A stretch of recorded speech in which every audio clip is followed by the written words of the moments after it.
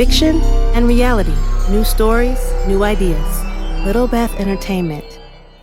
Welcome to episode 108 of The Rocketry Show at TheRocketryShow.com. Today we're joined by Matt Steele of Northcoast Rocketry. He's been busy and he's going to tell us what's been going on at Northcoast Rocketry that you need to know about. That happens right after this. The Rocketry Show would like to thank the following patrons for their support: Todd West, Jonah Cheney, Matt Tudor, Joe Sanpietro, Lace Rayburn, Steven Spencer, Bill Cook, Jason Cook, Gary Rosenfield, Greg Ziegler, Toby Vanderbeek, Ken Blade, Eric Hamilton, John Beans, Scott Holla, Guy Wadsworth, Bill P., Tom Rum, Stephen Ray, Amanda Ho, Steve Sainer, Mark, RailButtons.com, and Todd West. If you wish to show your support and become a patron of The Rocketry Show, just visit us at support.TheRocketryShow.com. The Rocketry Show thanks RocketryForum.com for their support. The Rocketry Forum is a global community of Rocketeers who openly discuss all aspects of hobby rocketry. If you have a question, hop on and ask. There are hundreds of experts who can answer just about any rocketry question you have. Check them out today at RocketryForum.com. Ignition sequence start. 6, 5, 4, 3, 2, 1, 0. All engine running. Welcome to the Rocketry Show. All right, lift off and the clock is started. Yes, sir. Reading loud and clear. A podcast that is all about advanced and high-power rocketry. Amateur-built rockets, starting at mid-power to higher-power versions. This program is hosted by the team who loves the smell of burning rocket propellant in the morning. Here are CG, Gene, and model rocket guy, Jesse Yu. Welcome to The Rocketry Show at TheRocketryShow.com. I am CG. I'm Gene. And Jesse is off doing something with something. He's missing in action, but hopefully he'll turn up and we'll add him into the mix here as the show rolls on. But it's a great one today. We've got Matt Steele from Northcoast Rocketry with us. Northcoast Rocketry, as some of you may be aware of, has been on a roll lately, and they've got lots of new things going on, and Matt's here to tell us all about it. So welcome to the show once again, Matt. Hey, how you doing? Well, we're hanging in here and trying to keep up with all the stuff going on here in the world of rocketry. Well, that's good. So, unlike a lot of people, COVID actually was pretty good for Northcoast Rocketry over the last year. There were two things kind of went on. The big thing is everybody stayed home, and so they started ordering lots of rocket stuff to build. And I think all the model rocket manufacturers that I've talked to said that they saw a pretty steady increase in sales. So that was fun, and that kept me busy. But the other thing is with the COVID my travel was cut down considerably, and I was at home for pretty much all of the last year. Mm-hmm. What that actually let me do is catch up on a bunch of projects that I can't necessarily do in hotel rooms or things like that. So I had a lot of stuff kind of in the queue, and we got some of the labor-intensive stuff out last year, and I've got some more stuff coming.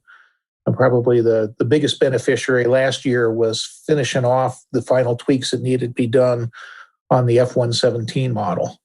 Yes. And you can see, from the 32-page instruction book that I have with it, the instructions were the final slog through to get everything done. And I've noticed in some of the forums and everything like that, people who have started model rocket companies come to realize that the instructions are the hard part of the whole deal when it's all said and done. And that's the same here. It just seems like it's the last thing, and you've got to have all your ducks in order and everything to go off and do that. So I've actually got a backlog. I'll talk about it in a little bit of some stuff to do. But I worked on the F-117. We got it out, and then, quite frankly, between regular orders and the shipping of the F-117, that really kept me busy most of the summer. Reception of the F-117 was really, really good. Excellent. And it was, a little bit different kind of kit than what, the body tube and nose cone type stuff that was kind of out there. So I've had a lot of fun with that, and good response to that, and working with somebody to see if we can do a model air version of that as well. And so that's still in the works, but that's kind of beyond my area of expertise. So I've got a couple of folks looking at it to see if that's something that can go on. And then, go ahead. I was going to say the F-117 kit is a very complex kit, and I know it's been in development for a long, long time. So can you tell us a little bit about some of the things that you had to go through to get that kit out the door? Because it's complicated and it's beautiful. Yeah, so it's interesting because originally when I went to Estes over 20 years ago, that was one of the kits that Barry Tunick was very excited about doing, and Dave Myers was the designer on it. And at that time, it was going to be foam molded and fly on sea engines or like that. At least that was the original concept. And so we did some prototypes back then. Dave Myers had some beautiful prototypes, and he solved the problem to make it fly straight up by rolling it on boost and then having a pop pod. And so all the nose weight would come out and then it would go into a glide. And the test models were beautiful. And we got so far as to print the boxes for it. And I was laughing because I was talking to, I got a tour down through Estes not too long ago, and one of those boxes is still sitting up in the industrial engineer's office.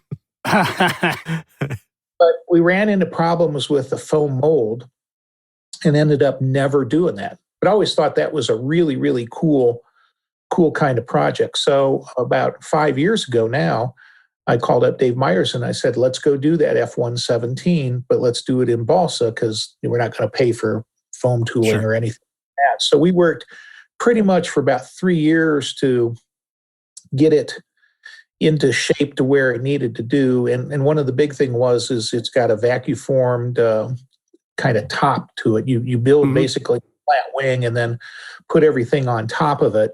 And getting the right person to vacuum form that for us was a bit of a trick. But we found a guy locally here in Salt Lake who was happy to do it. And once we got that, then we kind of were able to get the rest of the kit put together. It took, with the balsa version, it took about 3 or 4 flight versions for us to figure out exactly how to get it to fly. I planted a number of them. Fortunately, where we were flying, they planted in the mud. And I didn't have to radically rebuild things. But so it took about a year of flying to really get it to where we were happy with where the flight characteristics were.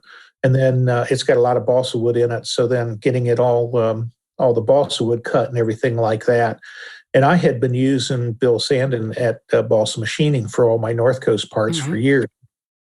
But Bill had actually gotten too busy for the most part, and he wasn't taking new projects. And, he kind of did BMS as a retirement job, and talking to him, he wasn't doing too much of the retirement thing. So I went and Mike Nowak was interested in getting a laser cutter. And so I partnered with him and his son, and they formed Galactic Manufacturing. And I transitioned all my laser cutting over to Mike and Nick Nowak instead. So everything is being done, in Northeast Ohio. So at least part of the Northcoast Rocketry stuff has gone back to its. That's funny. And, yeah, it is. It's kind of neat. So they're doing the laser cutting, and there was, like I say, a lot of wood. So it took a good amount of time to put the kit together.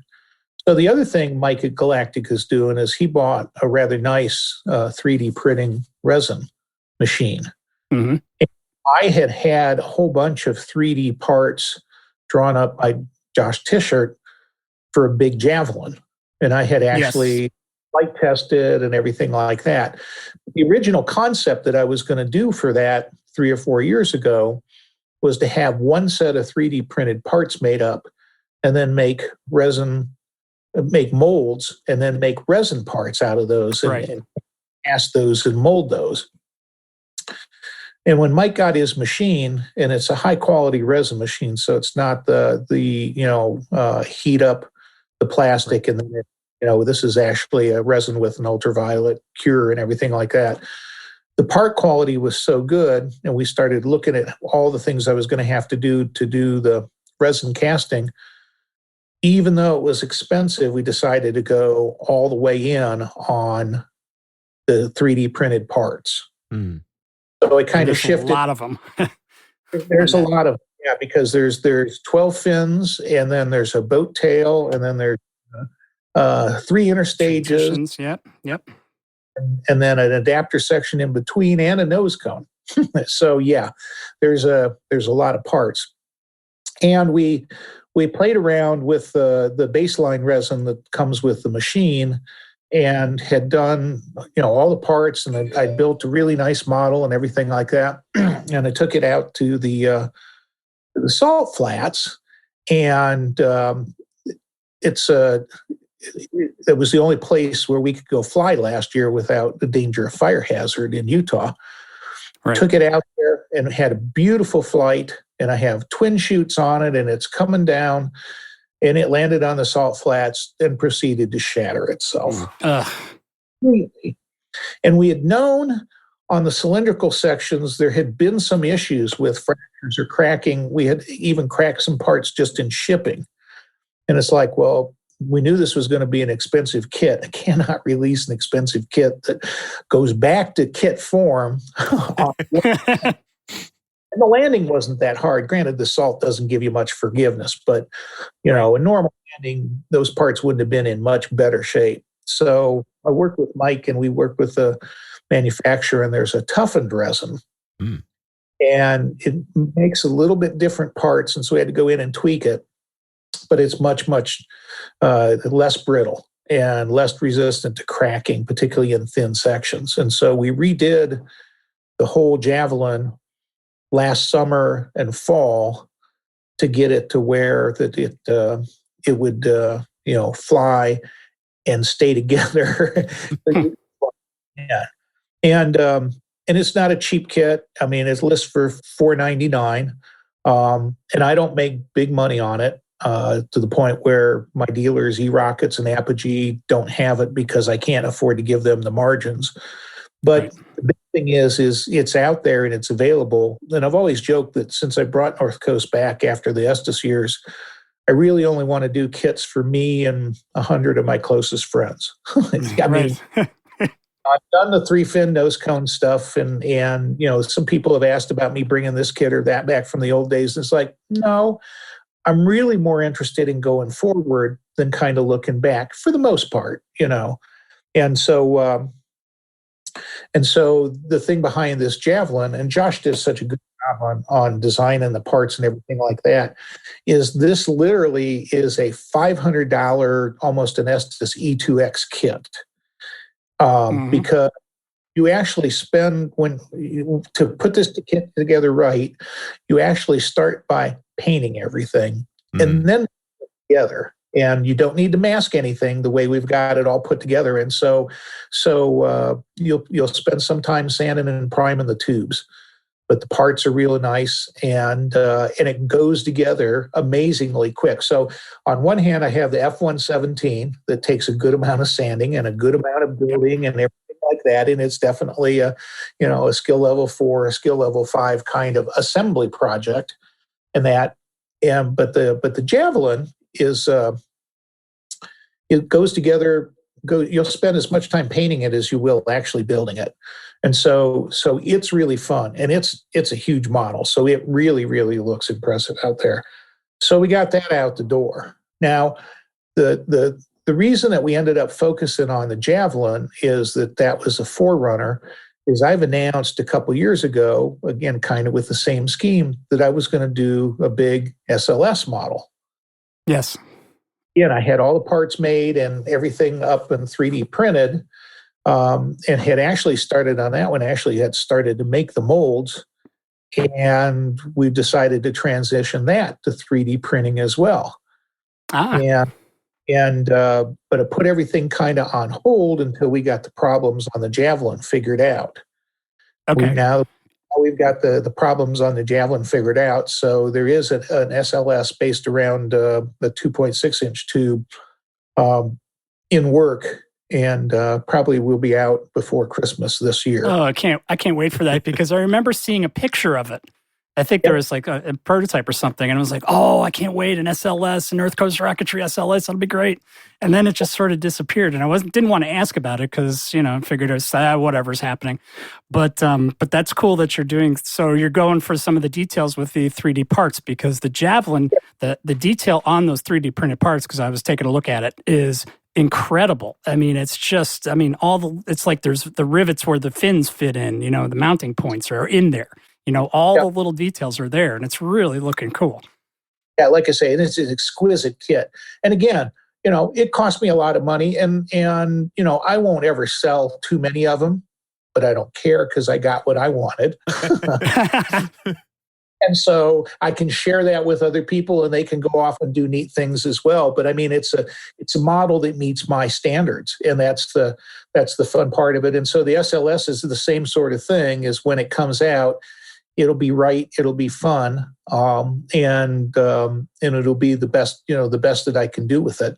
And again, it's not run of the mill, and so we're having a lot of fun putting the final tweaks into it. And goodness gracious, SLS is not too far away from flying, so we're excited about being the real one. The real one, yeah. I'm absolutely going down to see the first launch because there may be. In our lifetime, there may not be anything as spectacular as seeing that rocket go.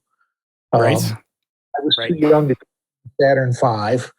I have seen the space shuttle. Well, this is going to be like 4 space shuttle engines and 2 bigger solid rocket boosters on the outside going. It should be quite a spectacular launch. So anyhow, yeah, there's an SLS in work. And then the other thing is I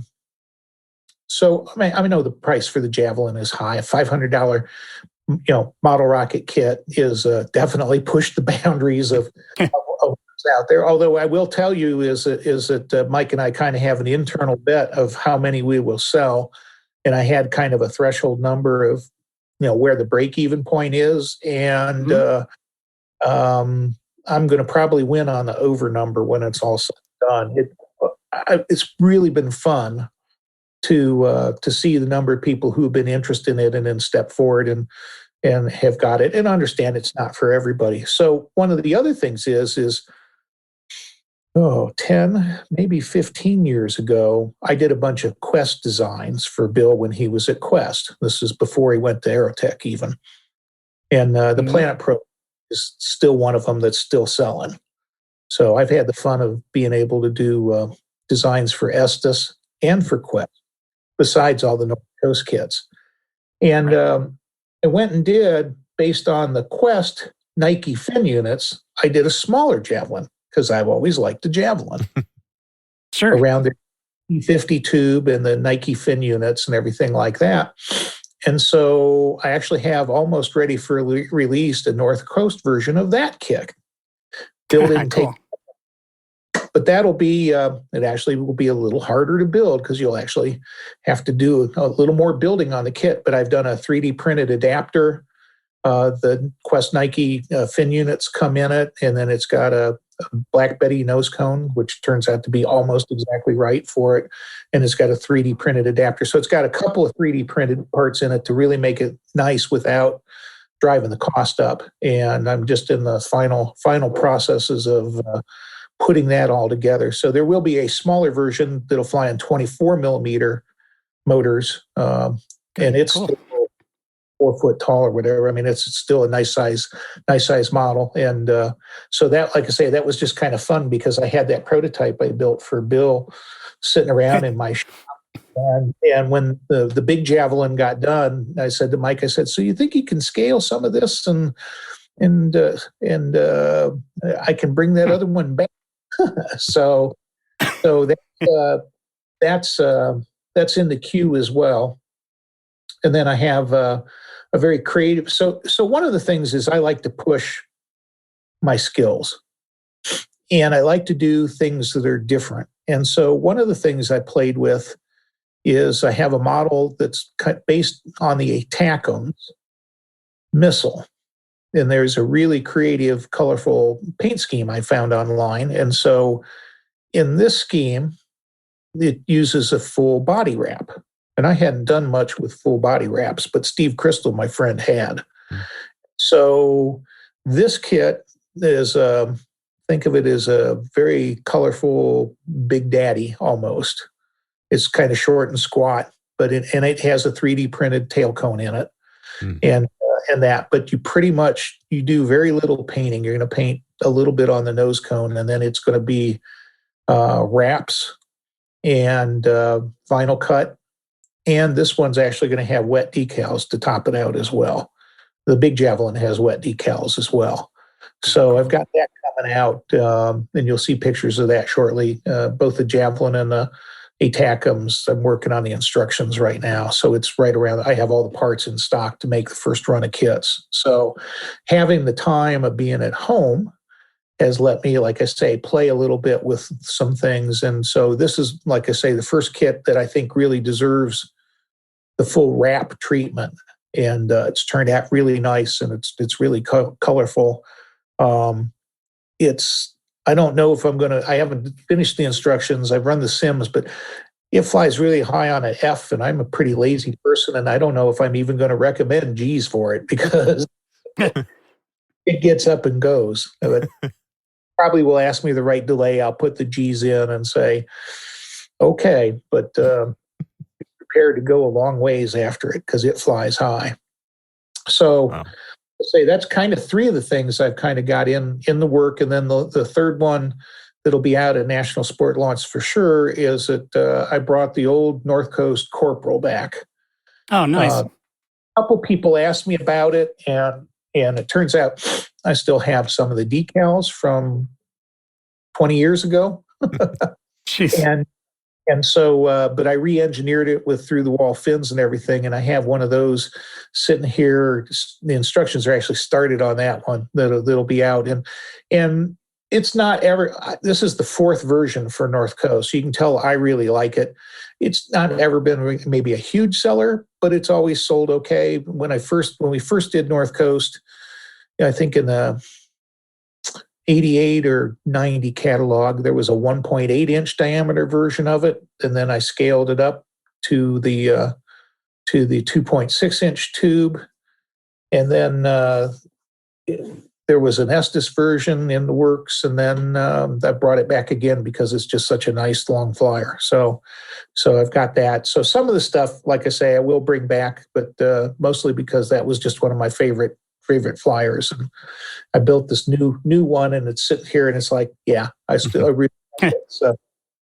So those are the imminent releases that you're going to see from the kit kind of stuff.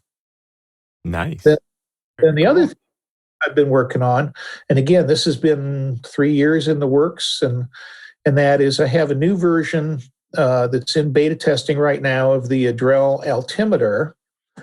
Except this is a single event deployment altimeter. So the tiny little Adrel, smaller than your thumbnail and like that, I'm going to have a version that will deploy at altitude. And it's kind of an interesting story. So the gentleman we work with in Poland is a genius, in my opinion, by the name of Leszek Swed. And he did the first FAI altimeters. And his expertise is on par or better than almost everybody here in the U.S. when it's all said and done. And when we first started using those altimeters in 2010 in the competitions, there were, some tricks. The wind, if it was windy, it could trip them. They would sometimes trip. And he's continuously worked to improve them. And he does professional electrical engineering and things like that in Poland as well. So this was more or less kind of a hobby and a help. His son is a member of the Polish team, and he knew all the FAI people. So this was more or less a kind of a throwing somebody a bone. It's not his core business, but he likes doing it, and getting tired of doing it. And I said, because he didn't mind making them, but he didn't want to do distribution to all the countries and everything. I said, well, tell you what, I'll take over doing that. So all you have to do is make them and send them to me. And you don't have to worry about fulfillment or website or keeping anything up or anything like that. So we did. And so now I have the world, a drill market, which it's really a robust, good, and, ultra tiny, and it stacks up well against the other U.S. altimeters. But I said, what I really want is one now in that form factor, because that altimeter fits inside a 10 millimeter tube. It's tiny. It's tiny. And so it's like, I want one of these that'll do a single event deploy. And it's real interesting because Lessig speaks decent English, but not perfect. And his son is very good. So I sent an email to both him and his son, which I usually do, explaining things. I sent saying what I wanted, and the son comes back and he gives me all these reasons of why he can't do it. It's hard and everything like this, and we're not sure we can do it, and the software needs to be done.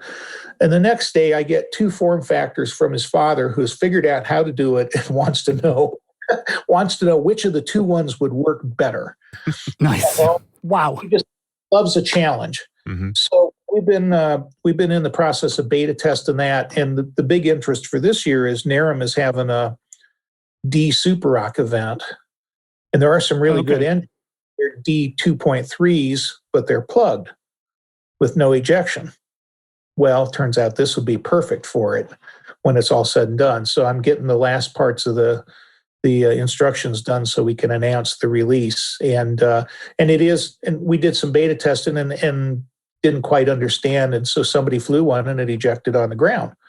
And Dan Wolf did some testing and he says it ejected on the ground in his tests on the vacuum bell.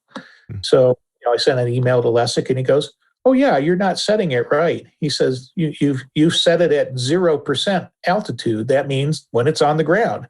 When you want it to peak, you set it at 100%. So we didn't pick up on that subtlety in the software. And sure enough, once you go do that, it works great. So it's an interesting challenge to go through. And probably as a small company, I learned this at Estes, but it's harder to do when you're a 1 or 2 man show. Is that you have to go do the testing, nonetheless, and it takes time, and you can't shortcut that, or you get in trouble. So that's where a lot of my time is consumed, is making sure that it's going to work when I put a product out there. So that's especially with electronics like that. Yeah, that's awesome though. Yeah, and again, we didn't, I didn't get, documentation much with the software. So we all kind of went through it and overlooked that number needs to be 1. But the flip side is that number also can be set at 70%. So if you really wanted it to use it as a dual deploy, let ejection, go whenever ejection. That's exactly what I was thinking. Like, oh my goodness. And, and it's, like I said, all fits in a BT5, including the battery.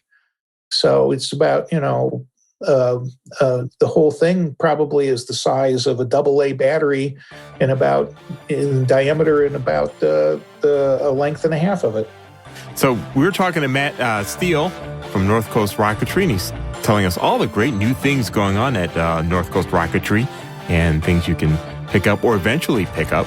So what we're going to do right now is we're going to take a quick break here at The Rocketry Show, and we're going to come right back with Matt right after this. Don't go anywhere. You're listening to The Rocketry Show at TheRocketryShow.com. Going up in 5, 4, 3, 2, 1, liftoff.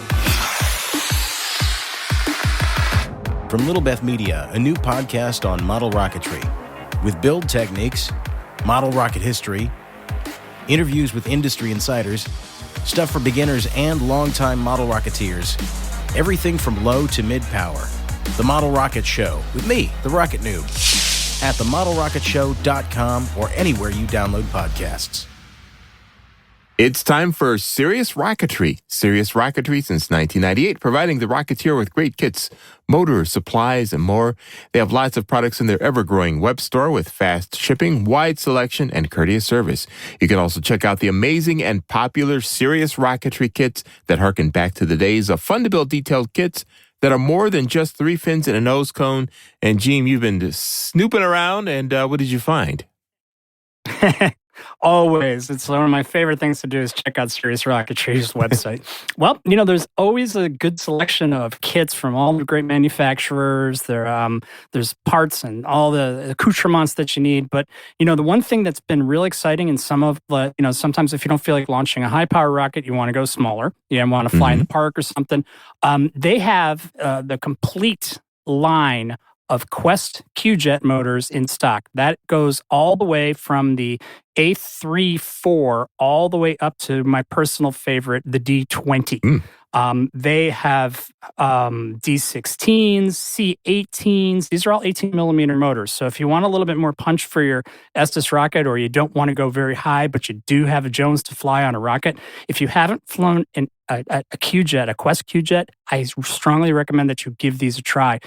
Pull out one of those old Estes rockets that you have lying around, because we all have them, and see what it can do on an 18 millimeter D20. You might even be able to break the sound barrier with those. But so they have the complete line. All of them are in stock. And for any education people out there, they also sell the Quest Q-Jet rocket engine 25 packs. So with the regular motors, they range in price. Let's go up here to some of the A motors. They start for a pack of 2 for $6.56 for the A3s. The D20s go for $9.83 for that. And then when you go into the 25 packs, you can get a 25 pack of B4s for $81 or A3s for $73. Now that's great because that's a lot of motors, and you come with all the starters that you need. But if you do need extra starters, they do have them. They're very small little starters, but they work great every time. So if you haven't flown a Quest Q-Jet, go out and do it now. And that's what I got for you this week. Well, all right. The Serious Rocketry's website features real-time stock tracking as well, which lets you order with confidence from their online store, no having to call or write to see if something is really in stock. And when you're ready to fly, Serious Rocketry has motors and hardware in stock from Estes through Aerotech High Power, as well as popular electronics from Jolly Logic and more. Be sure to ask them about their club specials while you're at it. You can visit their websites today at siriusrocketry.biz and .com. Serious Rocketry for the Serious Rocketeer. Northcoast Rocketry, one of the first high-power rocketry kit companies ever, takes advantage of over 30 years of high-power experience by a world-class Rocketeer. You can look to Northcoast Rocketry to expand your high-power rocket fleet. In addition to great kits, Northcoast Rocketry also stocks lots of must-have items and accessories for every Rocketeer's workshop. Find out more about these kits and other great products today. Go to northcoastrocketry.com. And while you're there, don't forget to get their latest catalog, northcoastrocketry.com. Advanced rockets that are easy to build, fun to fly, and look great on display. The Rocketry Show would like to thank the following patrons for their support: Timothy Mock, John Sicker, Jeff Curtis, Marcelo Fracassa, Phil Bridges, Scott Masterds, Roy Tyson, Rob Hoagie, R. Smith, Gary Dow, Jay Pullman, Don Johnson, M. Erzman, Pierre Marlou, Jeff Curtis, Brian Lapato, Phil Calvin, Jay Bryan, Casey Anderson, Terry Dancer, Mark Essenwine, Jim Wilson, Jason Oscali, and Scott Masters. If you wish to show your support and become a patron of The Rocketry Show, just visit us at support.TheRocketryShow.com.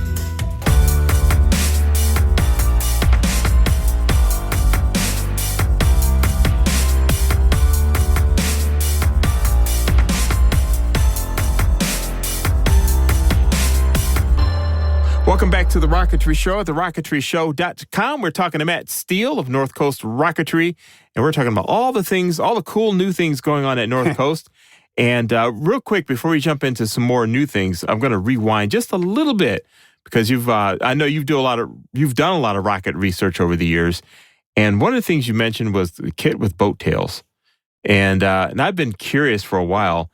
if anybody's really done a meaningful test to see what kind of a difference a boat tail makes versus a flat, bottom to a rocket?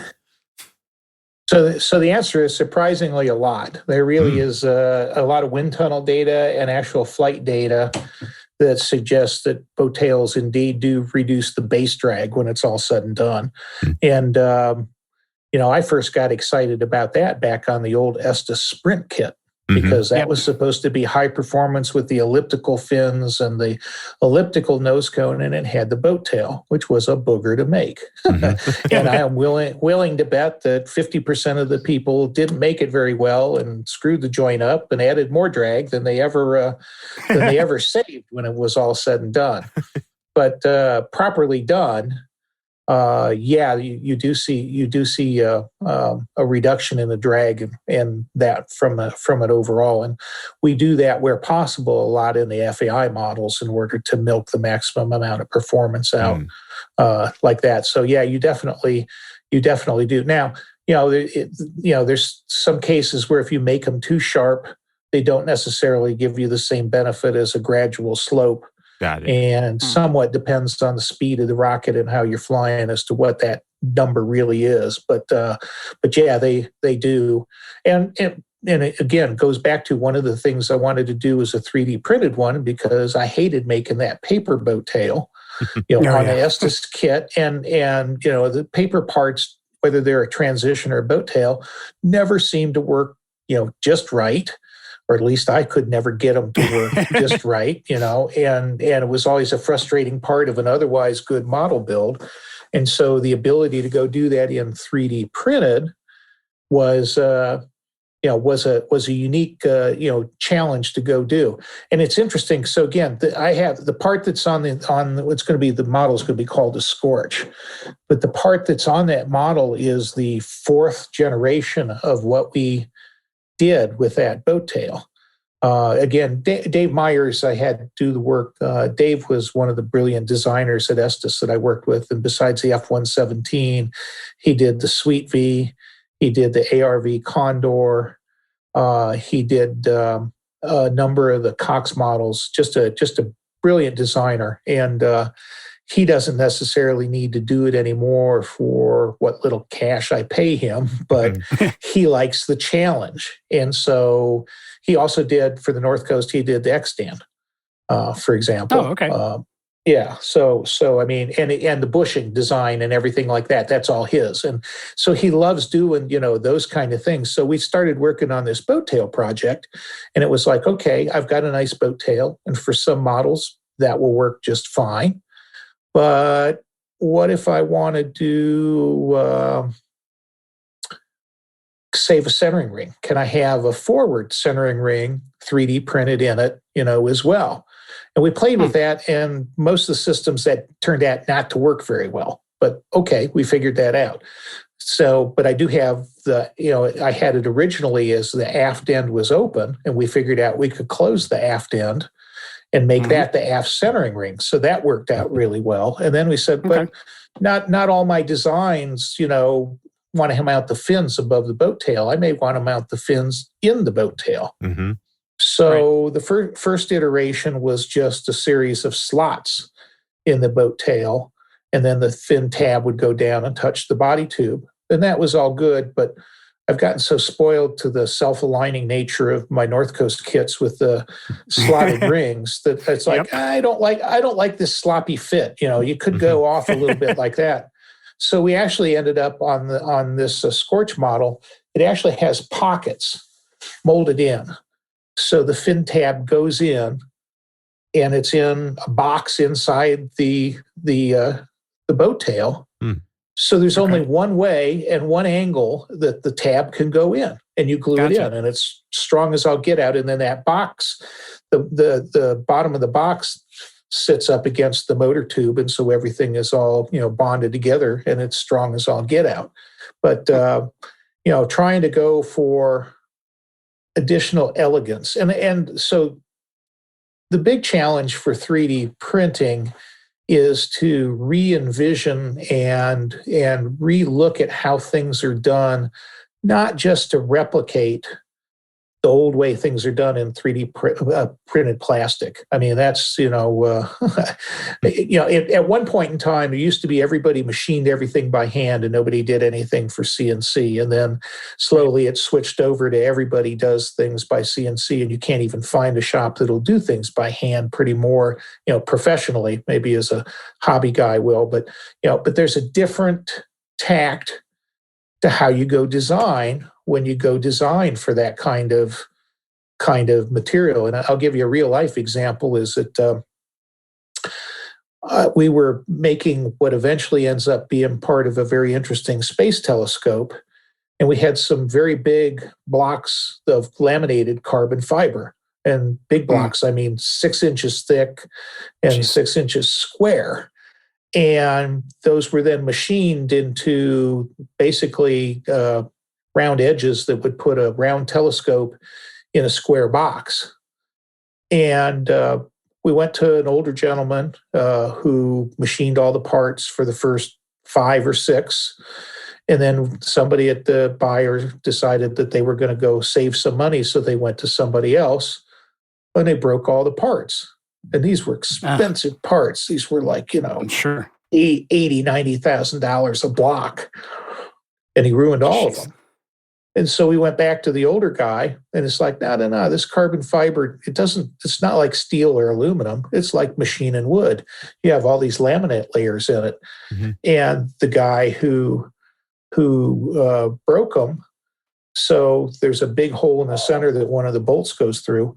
So the guy that broke them, he machined all the external surfaces off and took all the meat off the part. And the last thing he went and machined that big center through hole and popped every one of them. And the old guy goes, no. He says, you put that hole in first while all the meat is around the part. And then I come back and machine the rest, and it all stays together just nice. And so, there was an art to how you went and manufactured those parts. Mm-hmm. Well, the same is true with the 3D printed parts. You don't just do centering rings and, fins and things like that. It gives you a whole variety of new things that you can go do, and a centering ring integral to a tail cone, and a centering ring, or the tail cone with integral fin pockets is just an example of some of the stuff we can do. On the Javelin, it has the centering ring on the Nike sections molded in, that if you just wanted to happen to make it 2 or 3 stages, the centering ring's already in the fin unit for you. And that didn't cost anything but a little bit of weight, so it wasn't a big problem. And so one of the challenges I've taken is how to go do, the 3D printing in a creative way as you go forward and do things, that are not necessarily, the way that they were done before. And then the beauty of it is with the quality of the prints now, you're getting almost the same quality of what you can do if you'd gone out and spend thousands of dollars on an injection mold. Mm. And so, for me to be able to put parts, the F-117 has a bunch of 3D printed parts as well in it, and it just wouldn't have been practical or possible to do that kit without 3D printing those parts. And, I can have 10 made, so it doesn't matter. I don't have to go spend $10,000 on a mold. I can get it made and I can tweak it, so we can go on for that. So like I say, Dave and I have learned how to do, various little projects. I've got a bunch of other rather interesting things as we try and learn how to take advantage of the 3D printing. SLS will be the next kit where you kind of see the instances of it. And how do you just bring that into the hobby so that you can enhance the user experience? I'm not a good builder when it's all said and done. I'm one of the laziest guys out there. I like to go fly. So when I build the kits, I look at how can I, build this as easily as possible. And that's a great motivation. Laziness plus ingenuity, right? Gives you something good. There you go. It's amazing. Like just the things that 3D printing has opened up for everybody. It's in general today. There's a lot of things like that in today's world. Oh, absolutely. And it's not just me. I don't know if you've seen online, but David Koo has released, he's got an N1 model in 2 different scales. Mm-hmm. So I bought one of those kits, and I got to tell you, it knocked my socks off. He understands exactly what this technology is about, and he has taken it to the bank. And that's one of the most fantastic models I have gotten. And as soon as I get my workbench clear, it's going on because it's really well thought out. It takes full advantage of the 3D printing. And then the other thing is the instructions on it are just fantastic. It's almost done in a comic book style, which doing instructions is hard. Mm-hmm. For him to go the extra mile that he did to do it in the format and everything like that, they are as good as instructions. I place them on even with mine, and I loved all of Carl Semrock instructions, and these are just as good as that. And it's a non-trivial model to put together, but you read through everything, and it's like, oh, this is not going to be that hard at all. So for him to bring out that kind of kit, is just phenomenal. And he's working on some other stuff as well. And then you see the boys' short kits and everything like that. His stuff, there's stuff there that's this, you wish you would have had, 30 years ago that now you can have. There's stuff on Shapeways that you can go get that I think Kevin Sepidus is doing some fantastic work as well. And so, it's completely changed what the art of the possible is, and where things are going to go. Now, granted, actually, it's kind of funny that you mentioned that with the 3D printing, because I went and found a model of a V2, and I 3D printed it, and it's about maybe about 10 inches high, but it is beautiful because all the details are in there. The fins had this beautiful airfoil in them.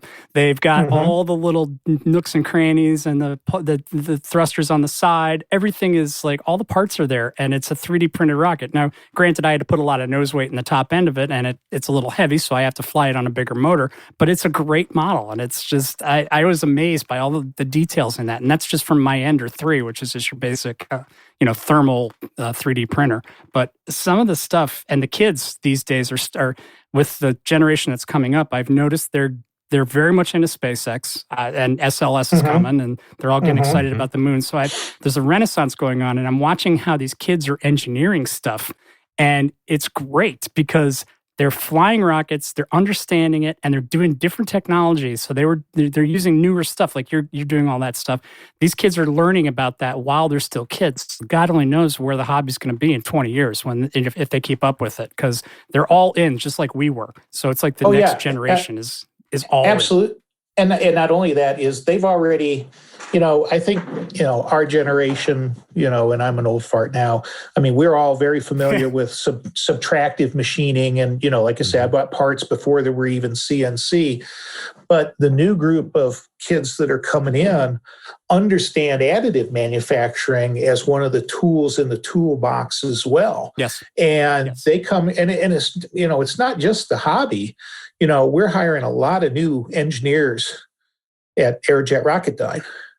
And man, these kids come in and they are sharp as all get out. Quite frankly, they push some of us to the side. It's like, why aren't you thinking about this? It's like, oh, because I didn't know you could do it. Oh yeah, I did something like that in my college project, or I did something. You're looking at them like, oh my goodness. I mean, there's a completely different way of thinking about it, because a lot of them have, kind of been taught that right from the start. And so where this is going to go, I have no idea, but I just know it's going to be, phenomenal. And so, like I say, when it goes back to, one of my things, I try and do stretch goals with my modeling. A couple of years ago was learn to make fiberglass tubes for competition. Like I say, the 3D printing has been an ongoing challenge, and how do you move the state of the art forward? But like you say, these kids, if they need a part made, they don't sit there and fuss. They turn around and draw it up and go have it printed. Yep. Really? You don't have to go back in the thing and cobble something out of wood and carve it and hope that it all fits together. And so the technology, is fantastic, and it makes assembly of the kits easier, but it also has lots of real life applications as well. That I broke apart on a gate, on a dog gate here that I've got, and I can't find the repair parts anywhere online. So I'm going to take one and go have one 3D printed and not mess with it.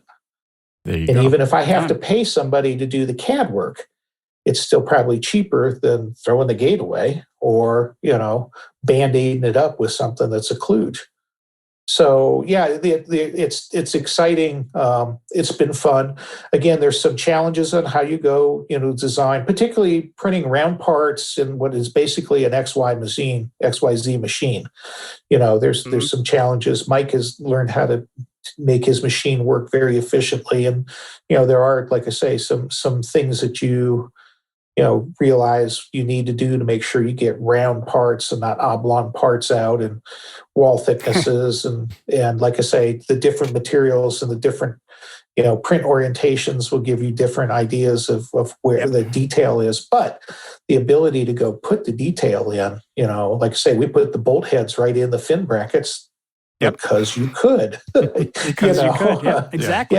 Yeah, before that would have been drilling a hole and getting little brass bolt heads and putting each one of those in individually, and the holes wouldn't have been straight and the heads wouldn't have been lined up and the paint would have flaked off of one and none of that you have to deal with it now. And so my building abilities got significantly better. And not everybody likes that. There are really true craftsmen. We heard at the internets that one of the guys that said that, my model is balsa and paper.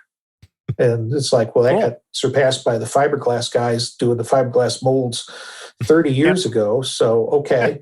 But you take advantage of the technologies that you got. And it's not just us. I mean, I saw the Poles had beautiful 3D printed parts in some of their V2s and that, 10 years ago now. So, it's you're not going to stop the technology. So you might as well acknowledge it and embrace it. And then, the real life stuff is moving so fast too. There's more structural materials. Like I say, there's impact resistant materials.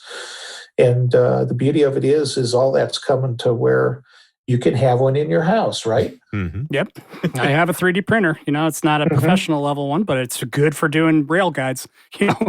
Yeah. And that's good enough for a lot of things that you want to do, right? So, and yet it's affordable and accessible. And the more you have it, the more you'll think of using it. It's like, again, Dave had a laser cutter in his house for years, and he says, I think I went 2 years without picking up a knife to cut a piece of wood. He said because I would just slap it on the laser cutter and have it cut that way as well. So, powerful tools. Yeah, and that's the other thing. Laser cutters have changed everything too. Was just joking. I sent Chaz Russell a picture of us making kits at Northcoast Rocketry in Salt Lake before we sold at Estes. So it had to be about 1995 or so, and like that. And at that time, you took a bandsaw and you cut out a whole bunch of them, ganged all at one time, and then you put them on the belt sander and you sanded everything in a set of 4 so that they would all match. The next 4 might not quite match, but at least the set matched. Mm-hmm. Right. And then Chaz was laughing because he said he wore bell bottoms because that was to keep the dust out of his shoes. Because we would pile up the dust. And if you got a North Coast kit from probably 93 to 96, it's a good bet that Chaz cut and sanded it. And so, it was a dirty and it was a labor-intensive, job. Mm-hmm. Now with the laser, you don't have that. You can put it on and set it and come back and get the parts out, and the parts match from the 1st to the 100th to the 150th part. Yep. And you don't have to sweep up all the dust. So it's amazing. Even that has changed. And you can do curves, and you could, like I say, I can do these fancy slotted centering rings and spacers that were never practical to do if you were cutting stuff on a bandsaw. Just cutting centering rings alone was a trick. Getting it right and getting everything set up to go do that. That was a major headache. And generally, once you got things set up and tweaked in just right, you made a whole bunch because you didn't know, when you were going to get the set up that right again. Yeah, So So yeah, it's been amazing to see how that's come into the hobby from the early days when they would just hand you a block of balsa and a hand wound Glida Estes body tube and say go at Make it. something. Yeah. yeah. I guess the early Estes body tubes Glida actually hand rolled. Wow. She did. I Yeah. remember saying that. Yeah. So it's amazing where it's all come. And the beauty of it is more people get to have fun with it and do more things. Absolutely. Cool. So we're up on our next break here on the Rocketry Show. When we return, a little bit more of Matt Steele. Also, your stuff in the mailbag. Comments that were sent in from one place or another right here on the Rocketry Show. Stick around. We'll be right back. You're listening to the Rocketry Show. Hey, all you rocket geeks out there. Do you like doing in-flight videos of your flights? And do you ever use those keychain cams and unfortunately sometimes only get videos of your thumb? Hey, this is Gene from The Rocketry Show, and that used to happen to me. I used to use those old keychain cams only to get nothing very good quality. But I found a solution to that, and it's Insane Rockets. It's an app that's available on the Google Play Store for Nexus 5X and higher. Now get this, it does 4K video. But not only that, it'll upload it automatically to the cloud and provide you real-time telemetry while tracking your rocket through Google Earth. It is amazing. Available on the Google Play Store, Insane Rockets app. It's crazy. No, wait. It's insane. It's time for eRockets. eRockets.biz is your home for unique model rocket kits as well as the world's largest selection of rocket parts from Semrock. They've been in business since 2009. eRockets.biz has a wide selection of your favorite kits as well as their own versions of popular out-of-production models many of you have come to enjoy over the years. Jesse, you've been poking around on their site. What did you find? The other day, I was looking at some Aerotech rockets that some of our friends, have flown, and there was this one rocket that kind of caught my eye. They renamed it Mirage, but that just kind of took me back to looking at the Aerotech Mirage, which, if you all know, is their like 2.6 inch diameter, 29 millimeter powered, long rocket. This rocket is huge. It's 87 inches for a 2.6 inch diameter. I think that's pretty rad. This motor, it's just right around 31 ounces, it's dry weight, so if you build it, it'll still like fly on F and G motors, which I think is really cool because you have this really long rocket that can fly on a smaller motor, and it does pop out with 2 parachutes. So I think that's pretty rad as well. It's definitely an attention getter at our clubs. So this is one rocket that I looked up, and eRockets does sell this for a pretty decent price too. It's really cool to see. One of the things that I did notice about this particular rocket is that it does come with the 29 millimeter screw-on aluminum retainer that Aerotech has now. So I think that's, awesome because, with that added value, with eRocket selling it at $104.99, I think it's a tremendous price. So if you want a big, long rocket that can fly on F and Gs, that's not like, something you have to modify, definitely take a look at the Aerotech Mirage and then call it Mirage. If you build it, it will fly. Yes. If you need parts for your own custom builds, that's not a problem at all because eRockets.biz also supplies the Semrock line of airframes, nose cones, centering rings, motor mounts, and so much more. eRockets has more rocket parts available than anyone else on Earth. So check out eRockets.biz today to learn more. eRockets.biz. If rocketry scares you, buy a train set.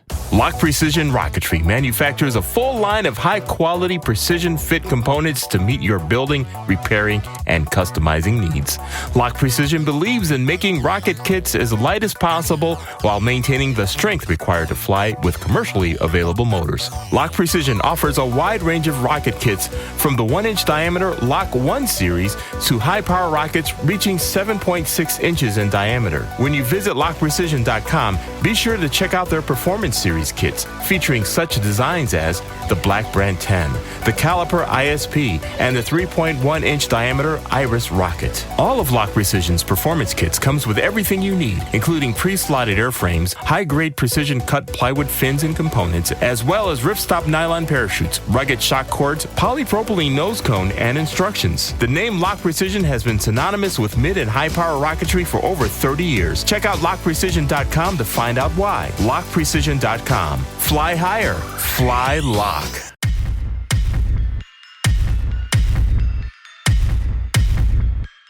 The Rocketry Show would like to thank the following patrons for their support. JohnRocket.com, Jimmy Burgess, Paradise Rocketry, Jason Rodney, Sean Folkingham, Conway Stevens, Paul Olivieri, Sam Feinberg, Michael Aylward, Brian Shakenberger, E. Hundell, John Thompson, Mark McBride, Doug Wade, C. McCulley, Carl Hunting, the Piedmont Student Launch Team, Steve S., Chris Irving, David Simmons, SBR Rocketry, FusionRocket.biz, John Kusher, Christopher Short, Kelsey Black, Brian Rentker, and Jason Rodney. If you wish to show your support and become a patron of The Rocketry Show, just visit us at support.TheRocketryShow.com.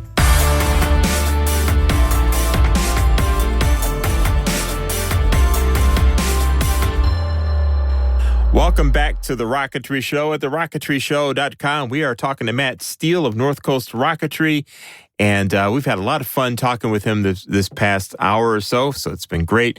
And guess who just popped in? It's Jesse. Hey, everybody. So you're having like one of those kind of days, but glad to have you here. Hey. Hi, Matt. Hey, how you doing? Sorry, hopefully joined late. Little bit of rocketry makes everything better, right? Yes, for sure. Well, make sure to get back on that train here. That's good. That's Perfect. good. Well, in the break, somebody had asked me about, how do you do this kind of process and everything like that, and I thought I would explain a little bit. First of all, I have notebooks full of ideas. Some of them are 40 years old, and I've done at Northcoast, we've done well over 125 or 150 kits. And that at Estes, I did, I don't know, the order of about 40 kits. If you are buying a Big Daddy, you're still buying one of the kits that that I did back then. And I've actually done some kit designs for Quest as well. The Planet Probe is one of them.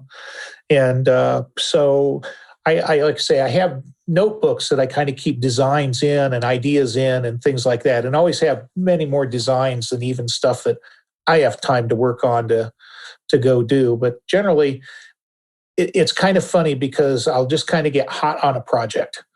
And it's like, I just really want to go do that. And I'll mull it over, I'll look at something in a notebook, it'll spur me. It's like, yeah, I'm going to go do that.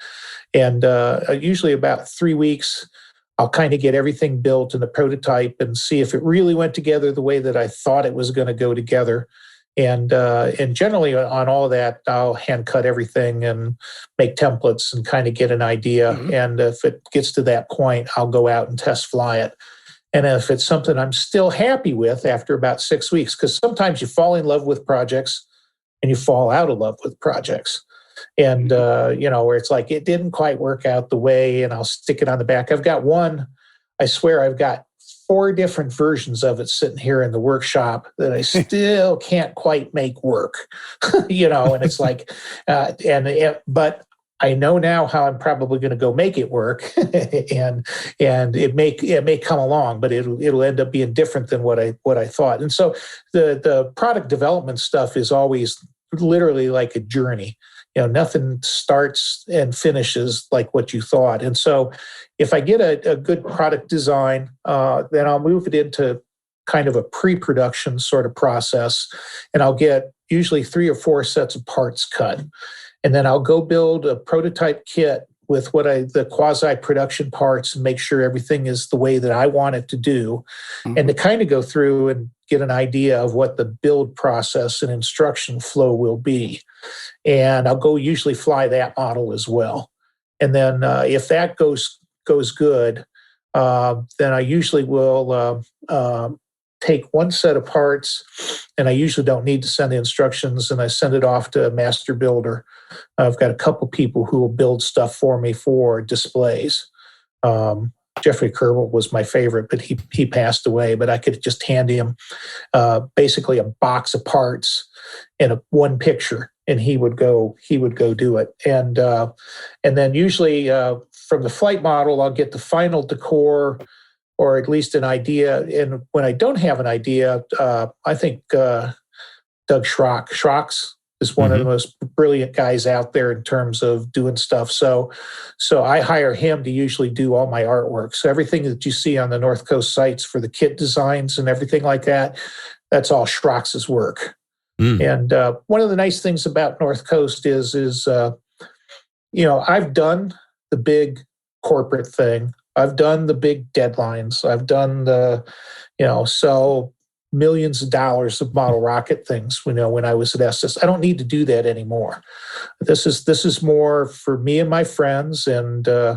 And one of the things is it's easy to send Schrox, some money, to pocket money for him to take advantage of that brilliance and give me back some always fantastic artwork. As a matter of fact, I've got one sitting in the shop that he did everything on, and it looks really cool. Could I have conceived of that? Not a chance in hell. So the lead time usually is, like I say, get him, some stuff to do the artwork so that I can then do the label and maybe the decals to go with it. And then once I'm happy with all that, then I actually sit down and build the instruction model and take pictures of the instruction, to go in the instructions as I go along with it. And usually when I do the instructions, I actually will write most of the spots and then leave placeholders that I know I want to come back in and do photographs. And one of the things that, in part of my workshop, I had a little photography studio set up. I went to Apogee, and Tim Van Milligan had that. And it's like, oh my goodness, that's exactly what I need to do. And I've liked it so much. I'm actually in the process of, I rearranged my workshop and I'm putting in a bigger area to go do that, and potentially to do videos as well. I mean, really thinking that what I want to do is just shoot a 2-minute video of most of the assembly processes. And I won't use that to replace the instructions. Like Tim does that and puts a DVD in his kits. And I don't really like that, because I don't like having my computer in my dirty, balsa-infested, dust-infested, spray, epoxy, infested workshop.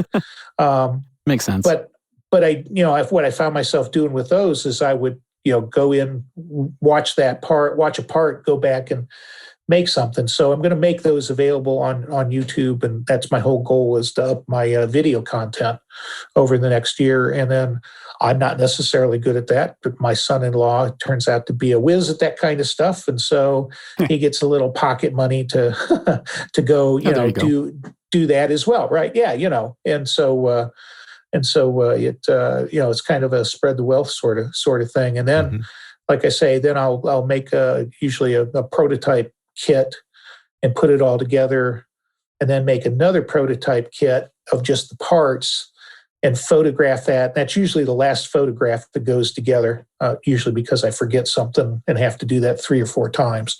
And that becomes the serial number 00 kit that I put up on eBay to sell as the first one, because there's certain people that like to collect that. And so the process, can be as quick as 6 weeks, depending on how enthused I am. But generally, it takes me about 6 months to go do everything. A lot of it depends on flying and when I can go fly stuff and make sure everything works.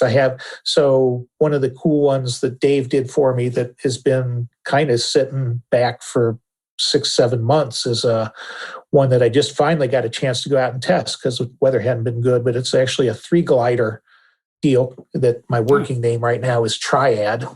And I got a chance, and it's like a lot of times I'll go out and I can fly this with, one person, but I had to wait for a Utah club launch because there's 4 pieces of this thing coming down, and I needed a lot of eyes to follow the 3 gliders in the booster. And it was good because I saw where 3 parts landed and not the 4th, and somebody else brought it back. So getting the flying and flying sessions and like that, kind of paces some of it as well. But then, then I'll get it. And then of course the last thing is how many kits do you make? And guessing. So what I've kind of done is sort of pre-announce things so that I, in other words, it's going to be out, and I usually give it about a 3-week run. That helps me make sure that everybody who wants one when they order get it on the first run. Because this business is up and down, and you don't know what works. You don't know, I've done it at Estes. Bill Stein and I were laughing, he had no idea that the Luna bug would be as big as what it was. No idea. And he says it's kind of funny explaining to John Langford, who's, very analytical and engineering background and everything. And it's like, sales projections. And it's like, you put a kit out there and you don't know if it's going to work or not until the market takes it over. There are no hard and fast rules. And we've all been, surprised by what's really been popular, over the years, and things that we really liked. I think it's like a songwriter kind of deal. The songwriter never knows whether his song's a top hit or not, you know. And you fall in love with everything that you do, so you think it's all great. And sometimes it is, and sometimes it isn't. So, like I say, I've gone to kind of taking pre-orders to make sure that I don't run short, and that I get the first run really covered with everybody who's really enthused about it. So it's a fun little process, and I enjoy it. I do big rockets for work, and I do the little ones for fun. And my wife says, "Don't tell them that you like this, or they won't pay you for the big rockets." So. Hey, Matt, so last time we talked about potentially bringing back a 4-inch run. Are you looking at doing any 4-inch diameter stuff? I am working on it. So maybe Christmas. We'll see. Oh, wow. Fantastic. But the answer is, that definitely has stuck, and I've kind of poked around a couple of things, and I kind of have a good idea what the first sticks will be. So yes, not 3, 6. Yeah. So there is some. Wait to hear. I am working on some 4-inch stuff, partially because it's been, a lot of people have asked. Okay, and I'll tell you, my hesitation is even when we did it at Estes, is that those models can get heavy for F engines. And then at Estes, we were only doing F and Gs, and I'm really only doing, the F and G, so you don't have to be certified kind of models right now. And so, but the problem is with the 4-inch kits, there's just as many people who are interested in flying them with 38 millimeters.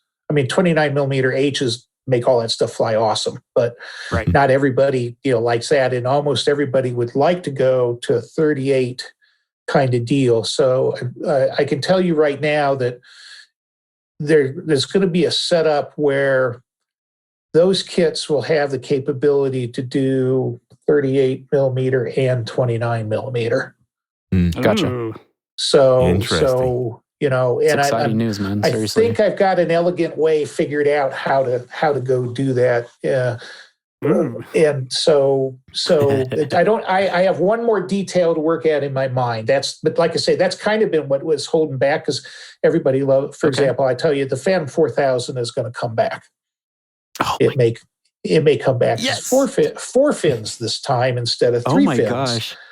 And honestly, I'm laughing because I'll have to show, we did originally at Estes, the Estes version, Northcoast Rocketry by Estes, was a 4-fin one. Then we ended up going back to the 3-fin.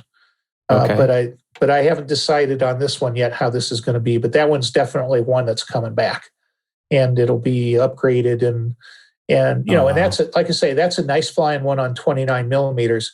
But it really does rock on a lot of the 38. And so I know what I like to do, and I'd be looking to put 38 millimeter in some of that stuff. So I think I've got it figured out how to go do that. And I got one more thing I need to tweak. And I'll just ask you guys for your opinion. So if you bought that kit, do you want the option to buy either a 29 millimeter motor mount or a 38, or do you want, that would be A-B, in other words, there'd be an A kit and then a B kit, or do you really want a combo that lets you decide after you bought the kit and parts for both in there? Combo. I would lean to a combo because of, I imagine, I know I'm not the only Rocketeer like this, but whenever I build a kit, I always think the minimum part will be good enough. And then shortly after, I kick myself wishing I would have gone to the next size up. So that kind of confirms where I'm headed, because, if I include the combo, then the 29 millimeter motor parts can be easily made into a motor adapter. The problem is that does add extra weight. And so, you don't necessarily get a good flying rocket on an F, necessarily by going that approach. But again, I don't know that bothers, most people. Anyhow, so I still got that design trade to play out. And come up with, and I'm 3/4 of the way there, what I think is an elegant way of going and doing that. So yeah, they're definitely in work. We did some really good stuff in the 4-inch line before, and I've heard plenty of people who are interested. But again, some of them will be bringbacks. Some of them I actually have some new stuff in mind that the 4-inch form factor works a whole lot better than the 2.6. You know what I'm thinking right now? I'm thinking 4-inch SLS. There are some interesting things. There are some interesting things. Let's just put it at that. Yeah. All right. Fair enough. Yes. Matt, thank you. I mean, that's excellent news. I'm excited. Like I'm shaking excited. Well, I was going to say, it's all about fun. Yes. So my whole goal is to have fun doing this. And if I get excited after 50 years of doing this, right, I figure other people might too. Good point. Very good point. It would be nice to see some people, do certifications for level 1 on a Northcoast Rocketry kit again. Because you see them do it on older ones that they happen to acquire from eBay or just, people who've collected that eventually wind up selling them and stuff like that. So we see that a lot, especially like with the Archer, which is Jeem's favorite, by the way. But anyway, I mean, I just think, the new generation of Rocketeers that's coming out would be, excited to do that. And it's also one that we can talk about in the future. So let me ask one more question. Your 2.6 line that you have right now, and we're talking Bounty Hunter, which is my favorite, by the way, and the Archer, and then we have the Lance Delta. Those particular rockets, they have a payload section. Can you describe the best way that you would convert that to like a dual deploy setup for somebody who wants to do that for themselves? Make it like a sport flyer, like you said, with a 29 millimeter motor, or what do you think? You definitely can do it. But I honestly haven't done it, so I can't necessarily tell you the best way. I think all the parts in the kit are there already for you to go do it. I guess the simplest way is to just rig the payload section itself for your second deploy if you want it. Right. That's exactly what I did with the Archer, the 2.6 inch Archer. I just got a couple of caps and blocked off the bulkhead. Got a sled, threw it in there, and then went with that. Yeah, I honestly hadn't given it much thought, Jesse, but I might now have to go noodle on that a little bit. Oh, there you go. Yeah, that's something that some persons have asked me, and Tim from Apogee has been asked before. Can I level 1 on a Northcoast Rocketry kit? And for all intents and purposes, you could, right? But one of the reasons that Tim doesn't recommend it is because he's a low and slow kind of guy, and he has God bless Tim. He loves Northcoast Rocketry equipment. I'm sure you and him have a really good rapport. And a lot of the stuff that I buy from Northcoast comes from Apogee. So I think that they have a way to even convert that from the Apogee standpoint. And he's got some articles and details for that. But I didn't know if you had done it yourself, but I'm interested to see how you do it now because I think haven't done it. Fiddle with some of these. I haven't done it with the 2.6. But I've actually now you get what I've actually been playing around with is for National Sport Launch. I've actually going to bring the Apogee or the Adrel Deploy Max that is the single event, and I'm gonna rig a couple of kind of Estes Alpha type kits because I could do dual deploy in that in BT-50 models and C67s just to go play with it and kind of thrash it out. So maybe I need the thing of it is on the North Coast kits. What I have done is I've gone and used the Jolly Logic shoot system, and that package is in there. That's how I've flown dual deploy on those kits.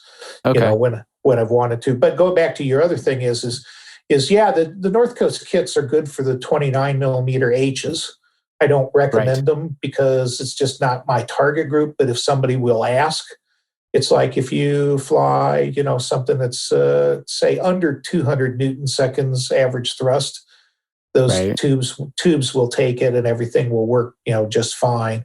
And you can get away with an H240, which flies really nice in the Laser Hawk, for example. I mean, that's it flies really nice. So the answer is everything is strong enough to go do it.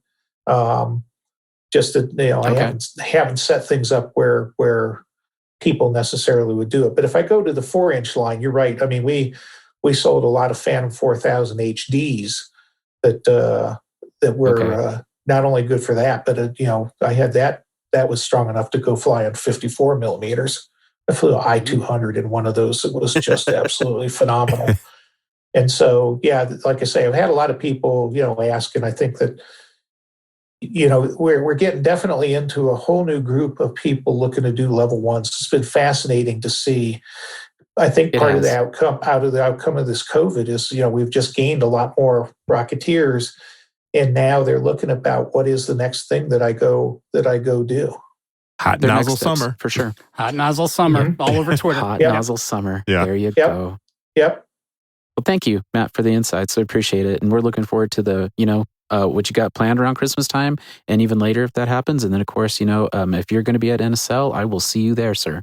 Oh, yeah. I'll have a bunch of goodies at NSL to show. So even some stuff that we didn't talk about. So cool. Perfect. Right. So right now, before we run on out of the room here, we should probably go through some of the mailbag here while we have Matt online with us here. So let's see here. Should I go with some of the short ones first? I think I'll go with one of the short ones first, and then we'll hit the big one here. Okay. So first one here is I'm going to just shorten this name because it's I don't know if it's a random character or if it means something for their screen name, but I'm going to just say Mind Off, as I've just shortened it down to something like it say. Anyhow, his comment from the episode 106 was, awesome show. I've been flying my Mac Performance Black Fly for a while, and I really enjoy the durability of the Canvas Phenolic. I have some high impulse flights planned in the near future. Looking forward to seeing how it stands up. And that is from our YouTube channel, our first comment there. On episode 106. So thank you for that information. We'll be curious to see how it all stands up as well. And Jeem, you've got something for the mailbag too. Yep, this one has come into our website. It's a little bit lengthy, so I'm just going to read it. It is from Jeff Van Syak, and it says, "Dear Sirs," how formal. You don't have to be that formal with us, Jeff, by the way. Anyway, thanks for making the show. I just started listening, and I've learned a lot already. I was happy to hear that you may do a show on dual deployment. Funny we're talking about it. I have wanted to get into dual deploy for a while, but the process to get a low explosive users permit /FEP has been too intimidating. I hope you can shed light on some of the process during the show. So he's talking about black powder and getting and the need for having a license for that. I understand that composite motors are no longer regulated and don't require storage in a magazine, but it seems that black powder still is regulated. I'm aware of the black powder exemption if the black powder is used in an antique firearm, but it doesn't seem to apply to rocket ejection charges. I'm also curious about the manufacturing, storage, possession of igniters /starters used in dual deploy and motors. Is there an exemption for the igniter and black powder included with the motor? He goes on to say, I've searched the AAA and NAR websites, but couldn't really find any solid information. It was all like you may need a low explosive users permit or not. The more I think about the topic, the more I think it may be a show by itself. Below, I've pasted a couple of things that I cut from the ATF Orange Book. I'm really looking forward to learning more about dual deploy and any information or guidance that you have on permits or the process to get one. Thanks. And that's again from Jeff Van Syak, right to our website. And then he goes on and there's like a lot of information from, the dry stuff from ATF and various information. So it looks like he has a lot of questions regarding permits and storage and of black powder. And to add to that, I found from the NAR site, NAR gives you some guidelines as well as far as what explosive permits go.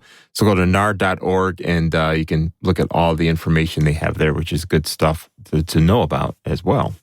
So one point that he asked about is that igniters with the motors are classified under the motor classification. This was an interesting thing we ran into at Northcoast and when we were doing the Northcoast engines at Estes. And so when they're given a shipping classification and a hazard classification and therefore ended up, how you store them, the motors that are packaged with the igniters, that's considered one unit and the igniter is considered with it.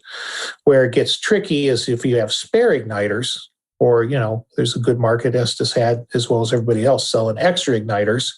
Mhm. And then that's where things ran a little bit of afoul, because, igniters themselves are an explicitly regulated item under the explosives regulations and the ATF. And so that's part of the reason for the change in the name, is that starters are not a regulated item.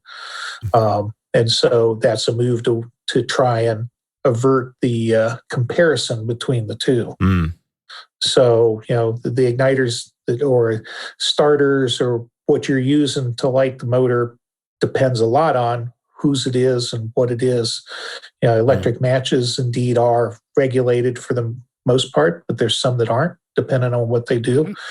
And it's the same with the part of the reason that the original Estes solar igniter formulation changed was to get away from being regulated. And I believe Estes is getting ready to release a new version of that. I know I've beta tested some, and every one that I've had has worked gangbusters. So, and good news.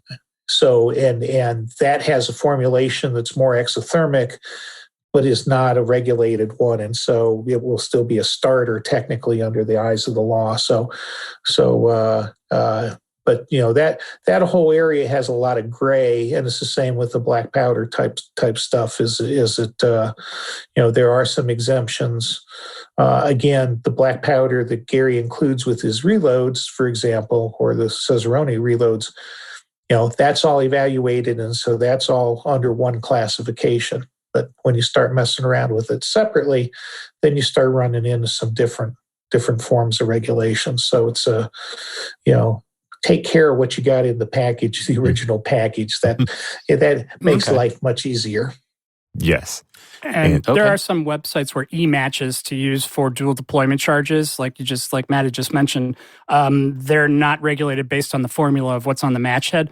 And I bought a couple of them that, just different companies to test them that were non-regulated, and they will say it on their website that they're not regulated. And I'd attach a 9-volt battery to them and see if they would light up. And if they looked like they did, I would go with them. So I've got one batch from one of the guys on the Rocketry Forum, and I have stuck with that ever since. They're not regulated. They work every time. I've never had a problem. I've used them for like 4 or 5 years now. Cool. And one of the interesting things I saw on in some of the write-ups is that where black powder rules and things get really, really strict is whenever you cross state lines with it. So that's when you really have to have your T's dotted, crossed and I's dotted and all that. Yes. So be careful with that. There's also one other thing on this that I have mentioned. When I got into dual deploy, actually my first dual deploy was a Northcoast Archer. Funny how that works out. Yes. And I was dual deploying that on F's and G's just to learn how to use electronics, and didn't have my high power license at the time. I think it's the best way, dude. Seriously, like I kind of started the same way, honestly. But yeah. Yeah, and what I ran into the same problem with the black powder. I wasn't sure, but I was able to buy Pyrodex, which is not black powder. It's not. It's a different regulation, and I was using Pyrodex for my charges for probably about 2 years. Now, Pyrodex requires a little bit more powder to use, but it certainly works fine. And it worked with those e-matches that I used, and it sparked up, and I never had a problem with it. I just would add about maybe 25% more than what you calculate out for black powder. I just add a quarter more.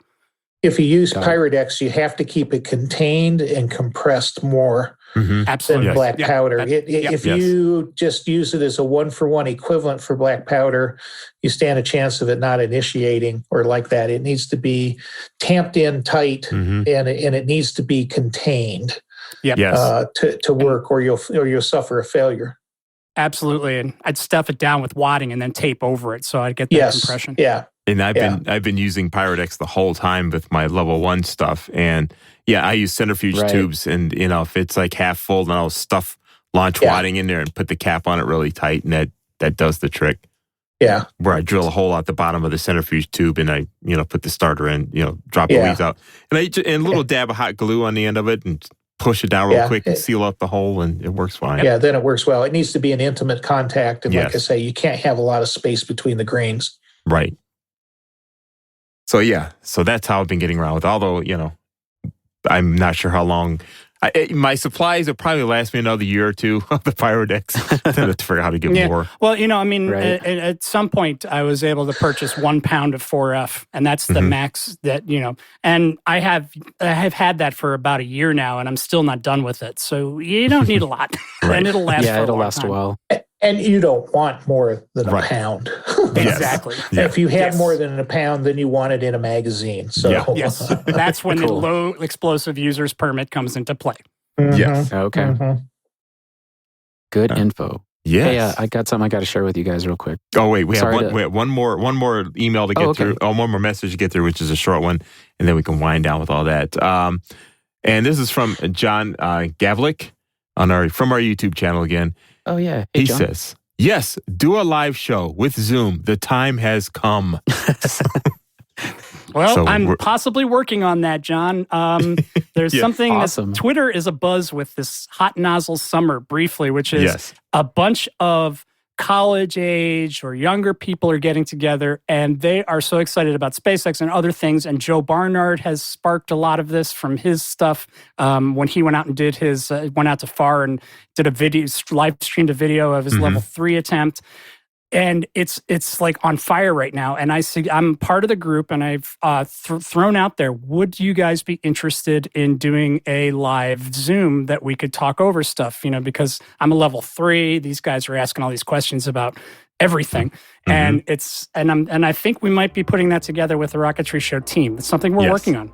So it might That would be exciting. That would be a must dial in and dial in. Now it shows how old I am. must fire up the computer to see. That sounds exciting. Yeah. And the best part about it is I've got a business Zoom account for my job that I have up to 1,000 people. So I don't know if it'll be that big, but we're good. Perfect. Let's figure it out. It out. Well, we're on it. Cool. Hey, Jim, what did you just say a second ago? You're level 3, right? And you've mentioned that thousands of times, right? Yeah. Guess what? So am I. Boom. That's right. Yeah. Yes, you are. I did it on 4, 3, 2, 1. There you go. Yes. So my question is I think I'm level 5. If you have your no doubt. If you have your fingerprints on something in space, does that count? Yes. Absolutely. Yes. It does. Yeah, it does. That makes you level 5. Now I'm gonna say how old I am is I flew my first N motor before there were any AAA levels. So okay, a little calculation. Awesome. Never mind. Yeah. Awesome. Yeah. For sure. Alrighty. So this has been a really fun show, and thanks, Matt, Mr. Level 5, for joining us and talking about Northcoast Rocketry. And, yes, thank you. And on an exciting note here, by the time we get to our next episode, you'll hear more official things about that. But have formed in with a teamwork deal with the Rocketry Forum. So the Rocketry Forum and the Rocketry Show, we're going to be working back and forth to plug each other. So more to come on that one. So a lot of exciting things going on here on the program. Indeed. Thank you. So on that note, keep your eyes in the skies. All righty, everyone. We'll see you next time. You're listening to The Rocketry Show at TheRocketryShow.com. Have a comment? We'd love to hear it. Send them to mailbag at TheRocketryShow.com. If you enjoyed what you heard, don't forget to check out our sister show, TheModelRocketShow.com. The Model Rocket Show is hosted by the Rocket Noob and is all about low to mid-power rocketry. TheModelRocketShow.com with Daniel, the Rocket Noob. Check it out today. The views and opinions expressed on these programs are those of the participants and do not necessarily reflect those of Little Beth Entertainment or its sponsors.